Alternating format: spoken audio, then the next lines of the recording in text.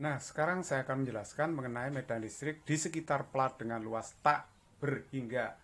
Jadi, kalau susah membayangkan plat, ya bayangkanlah aja plat nomor sepeda motor atau plat nomor mobil, tapi rata gitu ya, terbuat dari logam. Terus kemudian plat itu diberi muatan listrik yang terdistribusi secara merata. Nah, ini saya sudah menggambar platnya. Nah, platnya luas sekali, muatannya adalah Q, sedangkan luas plat ini adalah A. Kita akan mencari ini medan listrik di sekitar plat yang berjarak tertentu terhadap permukaan plat. Tapi jaraknya tidak boleh terlalu jauh. Karena ini kita bahas plat dengan luas tak hingga, sebenarnya pengertian tak hingga. Tak hingga itu berapa kan nggak jelas. Tak hingga itu harus ada faktor pembanding. Tak hingga itu untuk mengatakan sesuatu yang sangat besar sekali dibandingkan dengan yang lain. Pembandingnya apa? Itu jarak titik ke permukaan plat. Kalau jarak titik ke permukaan plat itu katakanlah 1 cm. Sedangkan ukuran plat misalkan 5 meter, 3 meter. Berarti luasnya 15 meter persegi. Lah jarak tadi 1 cm, 10 cm terhadap plat kan terlalu kecil, bisa diabaikan. Jadi itu dikatakan platnya yang luasnya tak hingga. Jadi luas sekali. Nah, caranya adalah begini. Gambar aja titik di sekitar plat dan bikinlah permukaan Gauss. Pemilihan permukaan Gauss berupa tabung beserta tutupnya. Celing. Nah, kalau saya gambar permukaan Gaussnya seperti ini. Pemilihannya berupa tabung beserta tutupnya. Jadi ini ada tutupnya ya. Jadi tabung tertutup. Nah, kalau ini saya ambil cuplikan muatan sebesar Q pada plat, luasnya aksen, maka di sini juga A aksen, luas tutup dari tabungnya. Nah, sekarang kita definisikan dulu yang namanya rapat muatan. Nah, rapat muatan untuk benda dua dimensi. Simbolnya adalah sigma. Ini huruf kecil Yunani. Kalau sigma besar begini ya, sigma kecil seperti itu, yaitu muatan dibagi dengan luasnya plat. Kalau kita ambil yang kecil, muatan Q kecil, maka luasnya adalah A aksen. Ya, boleh, itu sama saja. Karena kita asumsikan bahwa muatan ini terdistribusi secara merata. Itu ya. Oke, sekarang perhatikan baik-baik. Kita terapkan hukum Gauss-nya bahwa E dikalikan A itu adalah Q per epsilon 0.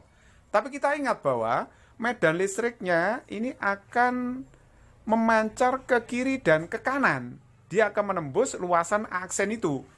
Nah, flux yang diterima oleh permukaan aksen yang sebelah kiri itu kan E dikalikan dengan A aksen. Sedangkan yang diterima oleh tutup yang sebelah kanan itu E kali A aksen.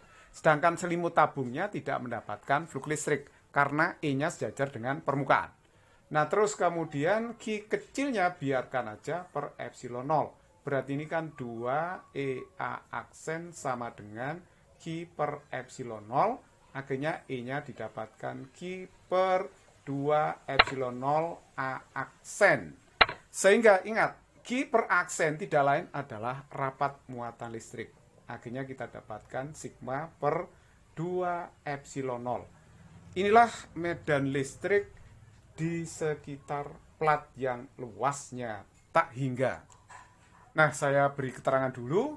Jelas di sini sigma itu adalah rapat muatan listrik.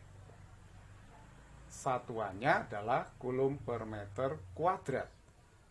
Nah, kalau Q di sini berarti muatan dari platnya. Satuannya coulomb. Kalau A di sini menyatakan apa? Luas platnya. Satuannya adalah meter kuadrat. Sedangkan epsilon 0 seperti biasanya, epsilon 0 ini adalah konstanta alam. Dia adalah permitivitas listrik ruang hampa. Nilainya 8,85 kali 10 pangkat min 12 satuan dalam sistem internasional. Nah, sekarang kita akan bahas bagaimana kalau platnya itu double. Jadi ada plat luas tak hingga diletakkan pada jarak yang sangat dekat. Kemudian kita disuruh mencari berapa medan listrik di antara dua plat dan di luar plat.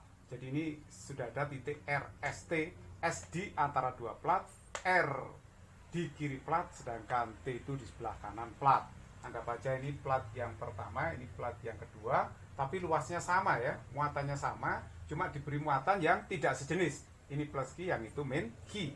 Ini adalah gambar 3 dimensi. Kalau saya alihkan ke dalam gambar 2 dimensi seperti ini. Jadi ini platnya dilihat dari samping ya, dari samping seperti ini. Platnya dilihat dari samping seperti dua telapak tangan saya yang sejajar dilihat dari samping. Jadi titik R-nya di sini, titik S itu titik T. Nah, kemudian kalau kita disuruh mencari berapa besar medan listrik di titik S misalkan, itu sangat mudah. Digambar aja medan listrik yang di titik S kan disebabkan oleh permukaan 1 dan permukaan 2. Oleh permukaan 1 itu arahnya kemana? Karena positif berarti arahnya menjauh. Nah, ini E1. Oleh permukaan 2 karena ini negatif, negatif berarti arahnya mendekat. Jadi kalau begitu di titik S ada E yang sama arah gitu. Padahal nilai E itu selalu sama ya.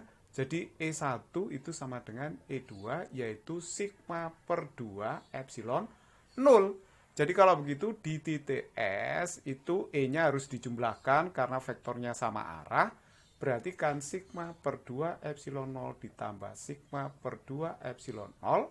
Akhirnya kita dapatkan ES itu adalah sigma per epsilon 0. Inilah besar medan listrik di antara dua plat yang bermuatan tidak sejenis positif dan negatif. Bagaimana kalau di luarnya? Nah, kalau di luarnya kita gambar aja medan listriknya di titik T. Itu kan ada medan listrik yang disebabkan plat yang pertama. Karena ini positif, arahnya menjauh. Seperti itu. Nah, plat 2 negatif, berarti arahnya mendekat. Seperti itu gambarnya. Berlawanan vektornya. Di titik R bagaimana? Oleh plat yang pertama, menjauh ke sana. Nah, oleh plat yang kedua, ditarik. Nah, arahnya berlawanan. Jadi kalau di luar, arahnya berlawanan. Jadi kalau di titik R, misalkan di titik R, dicari, berarti kan E2 dikurangi E1 karena vektornya berlawanan ya kan. Jadi kalau sama, ini kan sama nilainya berarti 0. Kalau begitu E di T berapa? Kan E1 dikurangi E2. Berhubung nilainya sama berarti kalau dikurangi 0. Jadi simpulannya gimana? Kalau plat sejajar berdekatan diletakkan pada jarak yang cukup dekat, diberi muatan yang tidak sejenis, titik di antara dua plat itu medan listriknya sigma per epsilon 0, tetapi di luarnya tidak ada medan listrik. Nah, bagaimana kalau platnya sama-sama positif atau sejenis seperti ini? Jadi, nah seperti ini. Kalau saya gambar, platnya diberi muatan positif, sejenis ya, bisa min juga, sama aja nanti hasilnya. Nah, sekarang kalau ada titik K, L, M, K di luar, M di luar dua plat, kalau L di antara dua plat, bagaimana medan listriknya? Kalau saya gambar, di L itu medan listriknya E1 oleh plat 1 kan ke kanan, oleh plat 2 itu ke kiri. Kalau di luarnya E1 di titik K ke kiri arahnya, karena ini positif ya. E2 juga ke kiri karena penyebabnya positif. Nah, sedangkan di titik M oleh plat 1 ke kanan menjauhi plat 1. Kalau E2 juga menjauhi plat 2 karena positif. Jadi kalau begitu di dalamnya berlawanan medan listriknya, tetapi kalau di luar sama arah. Jadi kalau di dalam E di L itu kan E1 kurangi E2, berhubung E-nya sama ya 0. Tetapi di luarnya misalnya E di K, nah sama di E di M itu nilainya sama, yaitu nanti E1 ditambah E2. Jadi nilainya adalah berapa? Kalau dijumlahkan, ini kan 2 kali aja, hasilnya sigma per epsilon 0, karena E1, E2-nya sama seperti ini. Jadi kalau begitu, ini kebalikan dari plat yang tidak sejenis tadi muatannya. Kalau platnya tidak sejenis, di dalamnya ada nilainya, tapi kalau sejenis, di dalamnya medan listriknya nilainya tidak ada.